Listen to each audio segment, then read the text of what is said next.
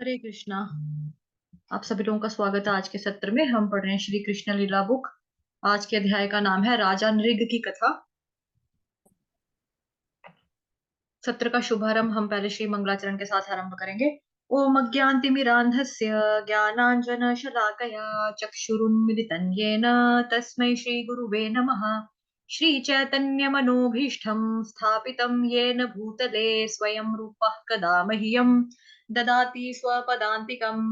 वन्देऽहं श्रीगुरुः श्रीयुतपदकमलं श्रीगुरुन् वैष्णवांश्च श्रीरूपं साग्रजातं सहगण रघुनाथान्वितं तं सजीवम् साद्वैतं सावधूतं परिजनसहितं कृष्ण चैतन्य देवं श्रीराधा कृष्णपादान् सहगण ललिता श्रीविशाखान्वितांश्च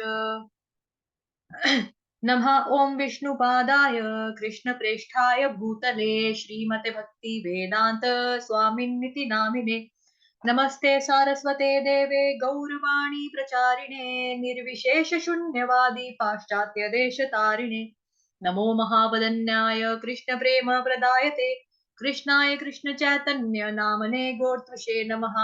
हे कृष्ण करुणा सिंधो दीनबंधो जगत्पते गोपेश गोपिका कांत श्री राधा कांत नमोस्तुते तप्त कांचन गौरांगी श्री राधे वृंदावनेश्वरी वृषभानुसुते देवी प्रणमामि हरिप्रिये वाञ्छाकल्पतरुभ्यश्च कृपा सिन्धुभयेव च पतितानां पावनेभ्यो वैष्णवेभ्यो नमो नमः। जय श्री कृष्ण चैतन्य प्रभु नित्यानंद श्री अद्वैत गदाधर श्रीवासादि गौर भक्त वृंद हरे कृष्ण कृष्ण कृष्ण हरे हरे हरे राम राम राम हरे हरे हरे कृष्ण कृष्ण कृष्ण हरे हरे हरे राम राम राम हरे हरे हरे कृष्ण कृष्ण कृष्ण हरे हरे हरे राम राम हरे हरे हरे कृष्ण। आज का अध्याय है राजा नृग की कथा और चैप्टर नंबर है 64। विनीता माता जी, आप अपने आप को म्यूट करके पढ़ सकते हो जी। हरे कृष्ण माता जी, दंडवत प्रणाम। राजा नृग की कथा। एक बार श्री प्रद्युमन श्री चारु भानु भगवान श्री कृष्ण के परिवार के सदस्य और यदुवंश राजकुमार श्री गद आदि द्वारका के समीप वन में विहार के लिए गए। विहार करते हुए वे सब अत्यंत प्यासे हो गए। अतः वे वन में जल प्राप्ति का स्थान ढूंढने लगे। जब वे कुएं के समीप गए तो उन्होंने देखा कि उसमें जल नहीं था, अपितु कुएं में एक अद्भुत जीव था। ये एक विशालकाय छिपकली थी। इतने अद्भुत पशु को देखकर वे सब चकित रह गए। वे समझ गए कि छिपकली फंस गई थी और अपने प्रयास से बाहर नहीं निकल सकती थी। अतः स्थानुभूतिवश विशाल छिपकली को कुएं से निकालने का प्रयास किया। दुर्भाग्यवश छिपकली को तरह से निकालने का प्रयास करके वे उसे बाहर निकाल सके। जब राजकुमार लौटे। हरे कृष्णा माता जी, आपकी वॉइस बहुत ज्यादा ब्रेक हो रही है। बाकी लोगों को सुनने में कुछ प्रॉब्लम हो रहा है? कट कट के आ रही है तो आप लोग कमेंट बॉक्स में लिख सकते हैं कि हाँ कट कट के आ रही है, फिर मैं पढ़ लूंगी। अगर सही दे रहा है तो प्लीज जल्दी रिप्लाई करो, सोचो मत इतना। इतने लोग बैठे हो तो रिप्लाई करो। सही है माता जी, चलो ठीक है। ओके माता जी, आप पढ़ लो। हरे कृष्ण माता जी, आपको अगर नहीं सुनना तो एक बार लीव करके दोबारा ज्वाइन। ठीक है, रहने दो, बाकियों को आ रहा है, ठीक है। ओके। जब राजकुमार घर लौटे तब उन्होंने अपनी भगवान श्री कृष्ण के समक्ष सुना। भगवान श्री कृष्ण समस्त जीवों के सखा हैं। अतएव अपने पुत्रों का निवेदन सुनकर वह स्वयं कुएं के समीप गए और केवल अपना वाम हसत फैलाने मात्र से उस विशाल छिपकली को सरलता से बाहर निकाल दिया। भगवान श्री कृष्ण के हाथ का स्पर्श होते ही उस विशाल छिपकली ने अपनी पूर्व आकृति को त्याग दिया। स्वर्ग लोक एक देव के रूप में प्रकट हुआ। उस का वर्ण पिघले हुए सोने चमक रहा था। उसने वस्त्र तथा कंठ बहुमूल्य आभूषण धारण हरे कृष्ण माता जी, आप रिज्वाइन कर लो, रिज्वाइन कर लो। कोई प्रॉब्लम हो रही है आपकी साइड से? एक जी मिनट, माता मैं जी। नेट भी चेक कर लेती हूँ। मेरी साइड से तो 5G पूरा ठीक चल रहा है। हाँ। ठीक है, मैं पढ़ती हूँ तब माता तक जी, आप आ जाओ। वैसे सबको जी जी, मैं लीव कर ज्वाइन कर। उस देवता को छिपकली का शरीर क्यों धारण करना पड़ा, यह बात भगवान श्री कृष्ण से छिपी नहीं थी। तथापि अन्य सबकी जानकारी के लिए भगवान ने प्रश्न किया, हे सौभाग्यवान देवता, अब मैं देखता हूं कि तुम्हारा शरीर इतना सुंदर तथा प्रभाववान है। तुम कौन हो? हम अनुमान कर सकते हैं कि तुम स्वर्ग के श्रेष्ठ देवताओं में से एक हो, सौभाग्यवान हो। मेरे विचार में तुम ऐसी दशा में रहने के योग्य नहीं हो। अवश्य ही अपने पूर्व कर्मों के कारण तुम्हें छिपकली की योनि में जन्म मिला है। तो मैं भी तुमसे सुनना चाहता हूं कि किस प्रकार तुम्हारी यह दशा हुई। यदि तुम यह भेद खोलना उचित समझो तो तुम हम सबको अपना परिचय दो।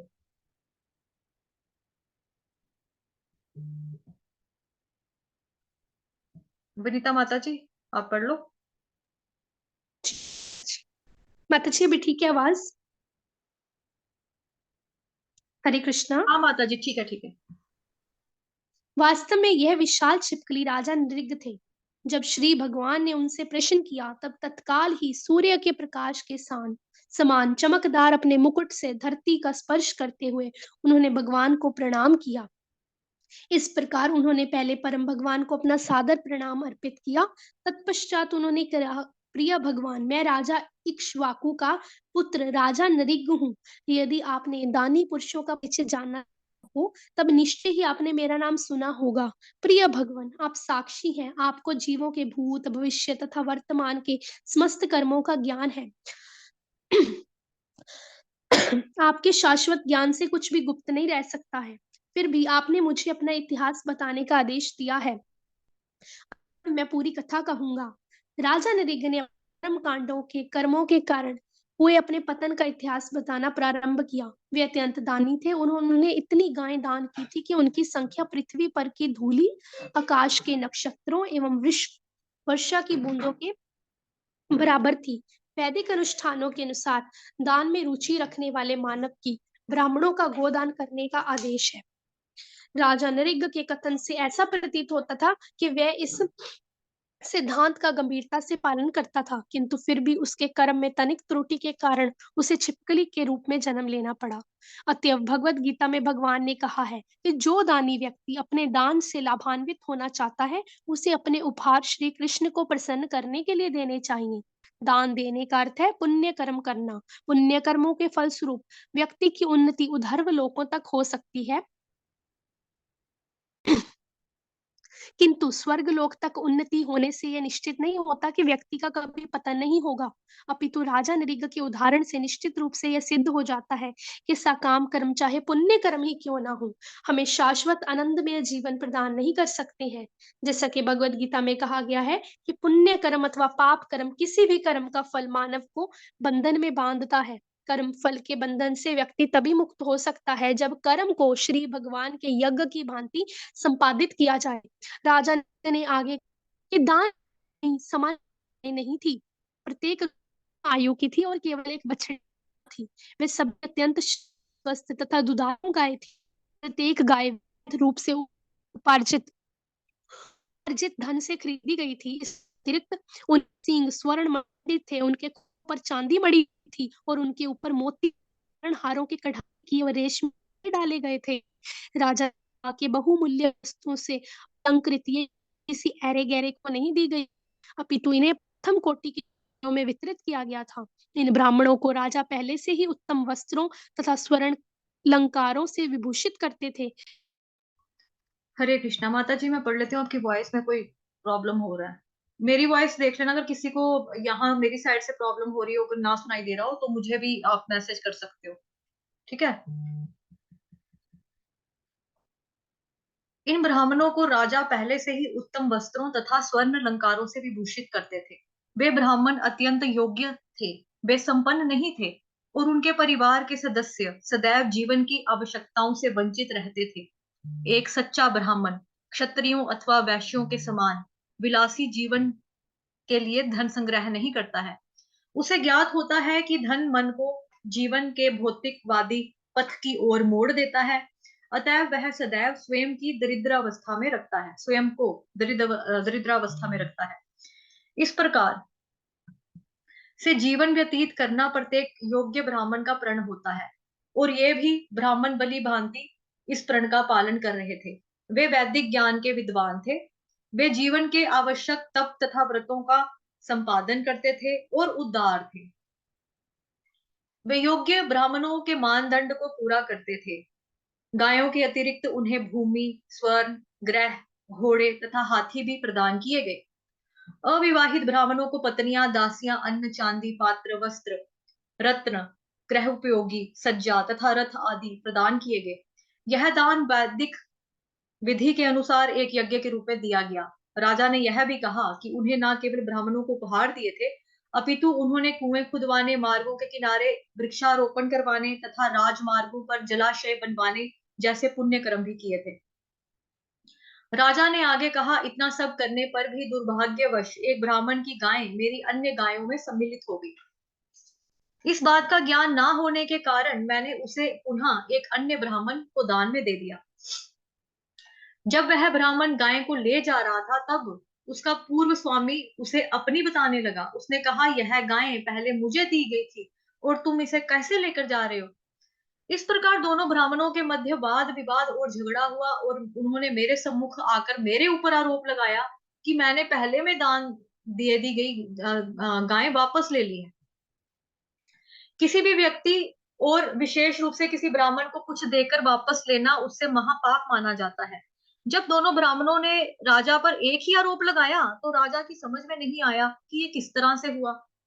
तत्पश्चात राजा ने अतिशय विनय पूर्वक उसे उस एक झगड़ा कराने वाली गाय के बदले प्रत्येक को 1-1 लाख गाय देने का प्रस्ताव किया। उन्होंने उनसे प्रार्थना की कि वे उन दोनों ब्राह्मणों के सेवक थे और उनसे कोई भूल हो गई है। इस प्रकार उस भूल को सुधारने के लिए उन्होंने उनसे माफी मांगी, प्रार्थना की कि मुझ पर दया करें और एक गाय के बदले में 1 लाख गायें दिए जाने का प्रस्ताव स्वीकार करें। राजा ने बारंबार ब्राह्मणों से प्रार्थना की कि वे इस दोष के कारण उनको नरक में गिरने से रोक लें। ब्राह्मण का धन ब्रह्मस्व कहलाता है और मनु के नियम के अनुसार इसे सरकार भी नहीं ले सकती है। दोनों ब्राह्मण यही कहते थे कि यह गाय उनकी है और किसी भी दशा में वापस नहीं ली जा सकती है। दोनों में से कोई भी 1 लाख गायों से अपनी गाय बदलने को सहमत नहीं था। इस प्रकार राजा के प्रस्ताव को असहमत होकर दोनों ही ब्राह्मण क्रोध में भरकर महल से चले गए। दोनों ही सोच रहे थे कि उनके वैधानिक पद का बलपूर्वक हनन हुआ है। इस घटना के पश्चात जब शरीर त्यागने का समय आया, तब उन्हें यमराज के समक्ष ले जाया गया। यमराज ने उनसे पूछा, तुम पहले अपने पुण्य कर्मों के फल का उपभोग करना चाहते हो या फिर पाप कर्मों का फल भोगना चाहते हो? यमराज ने यह भी संकेत दिया कि राजा, तुमने इतने पुण्य कर्म और दान किए हैं कि नृग के सुख उपभोग की सीमा उन्हें ज्ञात नहीं थी। राजा के भौतिक सुख की कोई सीमा नहीं थी, किंतु इस संकेत के प्राप्त होने पर भी वे चकित थे। उन्होंने प्रथम अपने पापों का फल भोगने और तदुपरांत अपने पुण्य कर्मों का फल स्वीकार करने का निश्चय किया। अतएव यमराज ने तत्काल ही उन्हें एक छिपकली बना दिया। राजा नृग एक विशाल छिपकली के रूप में दीर्घ काल तक एक कुएं में पड़े रहे। उन्होंने भगवान श्री कृष्ण से कहा, जीवन की उस निकृष्ट अवस्था में रहने पर भी मेरी स्मरण शक्ति का नाश नहीं हुआ कभी भी। हे भगवान, मैं केवल आपका स्मरण करता रहा। राजा नृग के इन कथनों से प्रतीत होता है कि जो लोग सकाम कर्म के नियम का अनुसरण करते हैं और भौतिक लाभ प्राप्त करते हैं, वे बुद्धिमान नहीं होते हैं।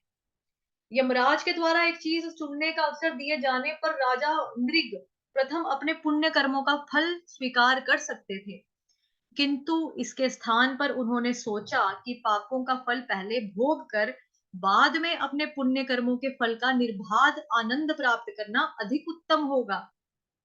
यहां से कोई रीड करना चाहता है? कुल मिलाकर से पढ़ना है। कौन पढ़ना चाहेगा? हैंड रेस करो। बबली माता जी, आपने पढ़ना है? आईफोन के नाम से कौन आया? गीता माता जी, आप? हाँ। ओके, आप पढ़ो। पता कहां से पढ़ना है? यहां से पढ़ना है, कुल मिलाकर। यहां से हाँ। कुल मिला उनमें कृष्ण श्री कृष्ण भक्ति का विकास नहीं हुआ था।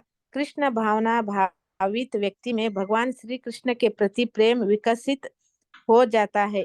उससे पुण्य अथवा पाप कर्मों से कोई प्रेम नहीं होता है। अतः ये वह ऐसे कर्मों के फल का भागी नहीं होता है। जैसे कि ब्रह्मा साहित्य में कहा गया है कि भगवान की कृपा से भक्त सकाम कर्मों के फल का भागी नहीं होता है। अपने पुण्य कर्म के फल स्वरूप किसी न किसी प्रकार राजा नुग ने भगवान के दर्शन की अभिलाष की थी। उन्होंने आगे कहा, प्रिय भगवान, मेरे तभी अभिलाष थी कि किसी दिन मैं स्वयं आपके दर्शन कर सकूं।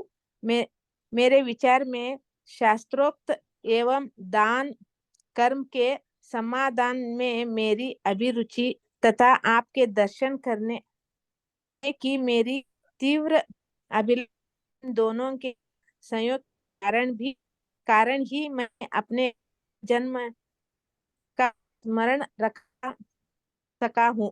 यद्यपि मैं एक छिलकली। हरे कृष्णा माता जी, थैंक यू। देखो यहाँ तक जहाँ हमने पढ़ा ना कि उसने पहले भोगा, कि मतलब उसको यमराज ने ऑप्शन दिया कि राजा आपके पुण्य कर्म जो है ना वो बहुत सारे हैं। रिमाइंड भी करवाया कि आपके पुण्य कर्म जो है वो ज्यादा है, तो अब आप क्या, आपके ऊपर है कि आप पहले पाप वाले कर्मों को भोगना चाहते हो, कर्मों के फलों को भोगना चाहते हो, या पुण्य वाले फलों को भोगना चाहते हो। तो राजा ने पहले चूज कर लिया कि मैं भाई पहले जो होता है ना पाप कर्म वाला फल, मैं पहले वो भोग लूंगा। तो उसके हिसाब से राजा को उन्होंने छिपकली की योनि में डाल दिया। अब सोचने की बात यह है कि ज्यादा जो उसका कर्म का जो वो था, फल था, वो मतलब पुण्य वाले थे। लेकिन फिर भी पाप कर्म पहले उन्होंने चूज किया, तो उनको पाप कर्म का भी फल मिला। तो श्रीमद् भगवद गीता का अध्याय जो 9th चैप्टर है, जिसका नाम है परम गुह्य ज्ञान, उसका श्लोक नंबर 21।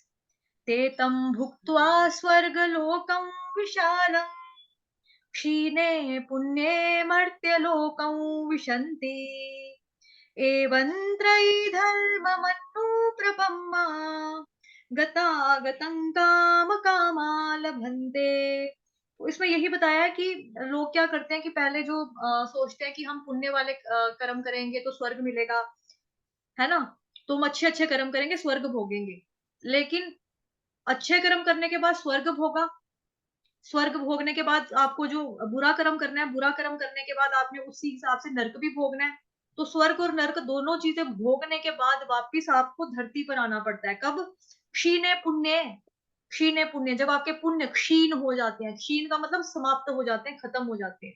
क्षीणे पुण्य मर्त्य लोकं विशन्ति, क्षीणे पुण्ये मर्त्य लोकं विशन्ति एवं त्रयी धर्ममन्नु प्रपन्ना गतागतं काम कामा लभन्ते।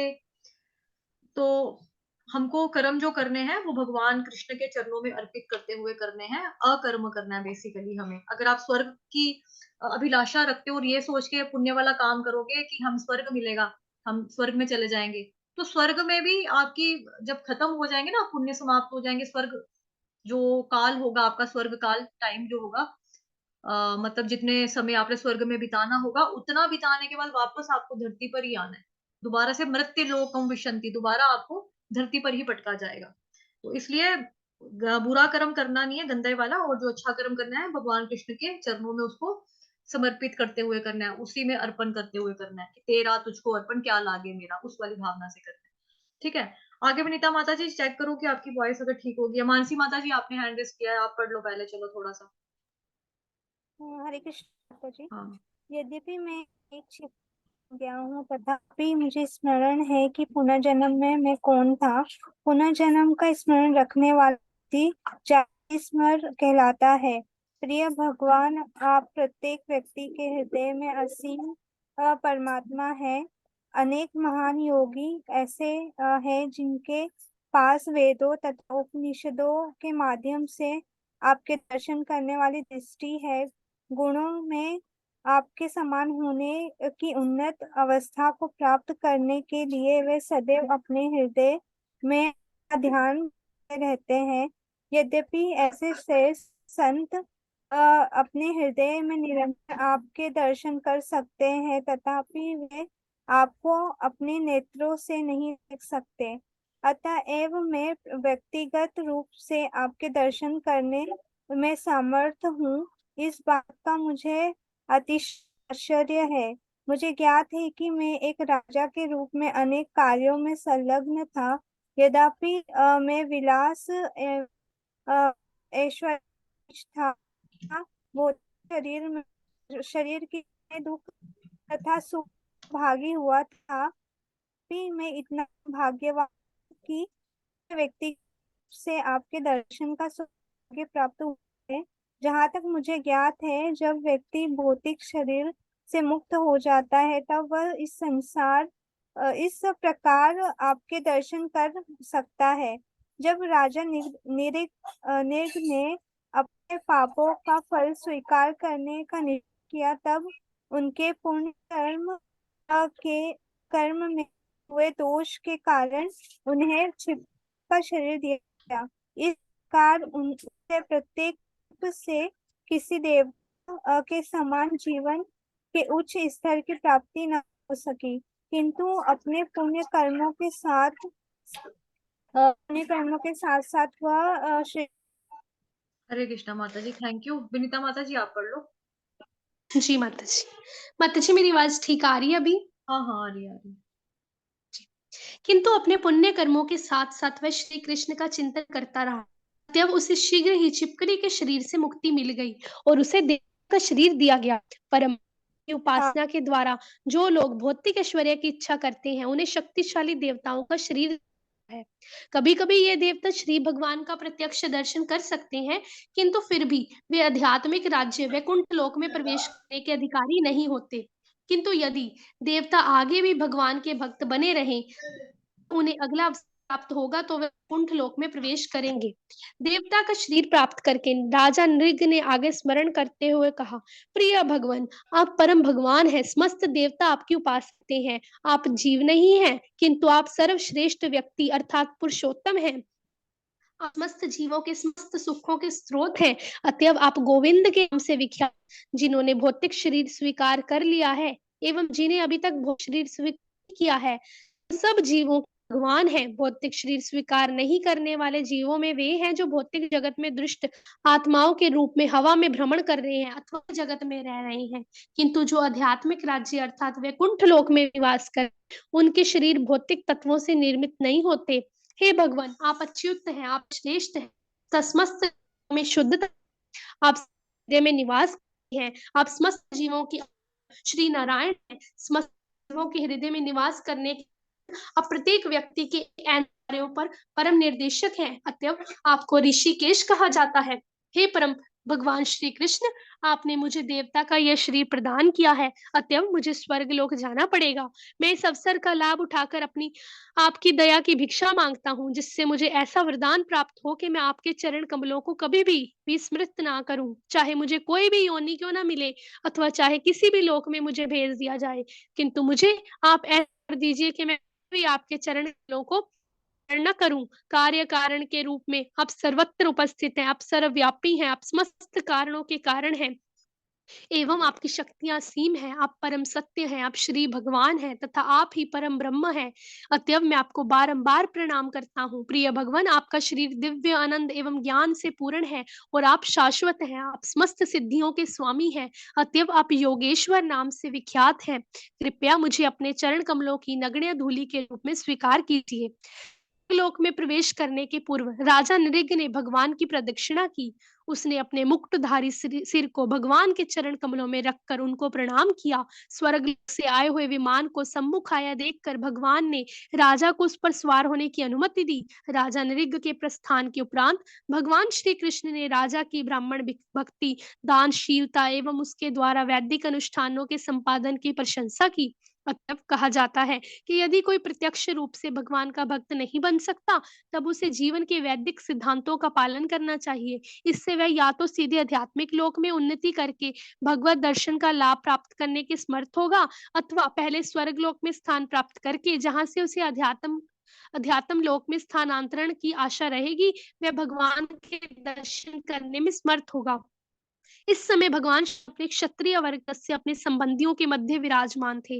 राजा नृग के आदर्श व्यवहार के माध्यम से उनको उपदेश के लिए भगवान ने कहा, यद्यपि कोई क्षत्रिय राजा अग्नि के समान बलशाली हो सकता है, तथापि किसी ब्राह्मण की संपत्ति पर बलपूर्वक अधिकार कर लेना और उसे अपने प्रयोजन के लिए उपयोग करना इसके लिए संभव यदि है, तब वह मिथ्या ही स्वयं भौतिक जगत में सर्वाधिक शक्ति समझने वाले साधारण किस प्रकार ब्राह्मण की पत्ती पर बलपूर्वक अधिकार कर सकते हैं। मेरे विचार में विषपान इतना संकटपूर्ण नहीं है। क्या ब्राह्मण की संपत्ति लेना साधारण विष का उपचार हो सकता है, व्यक्ति को इसके प्रभाव से मुक्ति मिल सकती है, किंतु यदि कोई ब्राह्मण की संपत्ति हरने का विषपान करता है तो उस दोष के लिए कोई उपचार नहीं है। इस तथ्य के आदर्श उदाहरण राजा नृग थे। वे अत्यंत शक्तिशाली एवं पुण्य आत्मा थे, किंतु अनजाने में एक ब्राह्मण की गाय पर अधिकार कर लेने की छोटी सी भूल के परिणाम स्वरूप उन्हें छिप के निंदनीय जीवन का दंड मिला। साधारण विष केवल उसे प्रभावित करता है जो उसका पान करता है, और साधारण अग्नि को जल डालकर बुझाया जा सकता है, किंतु किसी ब्राह्मण आध्यात्मिक शक्ति से जलाई गई अरणी अग्नि ऐसे ब्राह्मण को क्रुद्ध करने वाले व्यक्ति के समस्त परिवार को जलाकर भस्म कर सकती है। प्राचीन काल में ब्राह्मण यज्ञ की अग्नि को दिया सलाई से अथवा किसी अन्य ब्राह्मण अग्नि से नहीं, अपितु अपने अरणी नामक शक्तिशाली मंत्रों से जलाते थे। यदि कोई व्यक्ति ब्राह्मण की संपत्ति का स्पर्श भी करता है तो उसकी 3 पीढ़ियां नष्ट होती हैं, किंतु यदि कोई ब्राह्मण की संपत्ति को बलपूर्वक छीन ले जाता है तो छीनने वाले की अगली व पिछली 10 पीढ़ियां सर्वनाश की भागी होती हैं। दूसरी ओर यदि कोई वैष्णव अथवा भगवान भक्त बन जाता है तो उसके परिवार की उसके जन्म से पूर्व पश्चात पीढ़ियां मुक्त हो जाती हैं। भगवान श्री कृष्ण ने आगे कहा, यदि अपने धन बल तथा प्रतिष्ठा पर अभिमान करने वाला कोई राजा की संपत्ति पर अधिकार करना चाहता है तो समझना चाहिए कि वह अपने लिए नर्क का मार्ग प्रशस्त कर रहा है। उसे ज्ञात नहीं रहता कि इस पूर्ण कार्य के लिए उसे कितना कष्ट सहना पड़ेगा। यदि कोई किसी ऐसे उदार ब्राह्मण की संपत्ति छीन लेता है जिस पर एक विशाल परिवार आश्रित हो, तब ऐसे छीनने वाले व्यक्ति कुंभिपाक नामक नरक में डाल दिया जाता है। न कि वह इस नरक में डाला जाता है, अपितु के परिवार के सदस्यों को भी वही जीवन की दशा स्वीकार करनी पड़ती है, अर्थात उन्हें भी कुंभिपाक नरक में जाना पड़ता है। यदि कोई व्यक्ति ब्राह्मण को पुरस्कार दी गई संपत्ति अथवा उसके द्वारा दान दी गई संपत्ति को छीनता है, तब उसे कम से कम 60,000 वर्ष मल में रहने की तक घृणित व्यतीत प्राप्त होता है। हे मेरे पुत्र तथा उपस्थित बांधवों, मैं तुमको उपदेश भूल से भी किसी ब्राह्मण की संपत्ति न लो और इस प्रकार अपने परिवार को दूषित ना करो। यदि कोई ब्राह्मण की संपत्ति बलपूर्वक लेने का प्रयास करे तो केवल ऐसा विचार भी करे कि आयु कम हो जाएगी, शत्रुओं के हाथों पस्त हो जाएगा और राशि वंचित होकर त्याग करने के लिए एक वह सर्प जाएगा। एक सर्प अन्य सर्पों को कष्ट देता है। हे एवं बंधु बांधवों, कहता हूँ कि यदि ब्राह्मण तुमसे क्रुद्ध हो जाता, गाली देता है अथवा बेदी बात कहता है, तब भी तुम उसका प्रतिकार नहीं करना चाहिए। इसके विपरीत तुम्हें मुस्कुराना चाहिए, उसकी बात सहन करनी चाहिए और ब्राह्मण को प्रणाम करना चाहिए। तुमको भली बात है कि मैं 3 बार अत्यंत आदर पूर्वक ब्राह्मणों को प्रणाम करता हूँ, अतएव तुमको मेरे उपदेश तथा उदाहरण का अनुसरण करना चाहिए। जो इनका अनुसरण नहीं करता, मैं कभी भी उसे क्षमा नहीं करूंगा, अपितु उसे दंड दूंगा। तुमको राजा नृग के उदाहरण से सीखना चाहिए कि यदि कोई अनजाने में भी ब्राह्मण की संपत्ति का अधिकार कर लेता है तो उसे जीवन की कष्टप्रद स्थिति में डाल दिया जाता है। इस प्रकार बद्ध जीवों के शुद्धिकरण में निरंतर संलग्न रहने वाले भगवान श्री कृष्ण ने न केवल अपने परिवार के सदस्यों तथा द्वारकावासियों को उपदेश दिया, अपितु मानव के समस्त सदस्यों को भी उपदेश दिया। इसके उपरांत भगवान ने अपने महल में प्रवेश किया। इस प्रकार लीला पुरुषोत्तम भगवान श्री कृष्ण के अंतर्गत राजा नृग की कथा नामक 64वें अध्याय का तात्पर्य हुआ। हरे कृष्ण हरे कृष्ण हरे कृष्ण कृष्ण हरे हरे राम हरे राम राम राम हरे राम हरे हरे कृष्ण कृष्ण कृष्ण हरे हरे, हरे राम राम राम हरे हरे।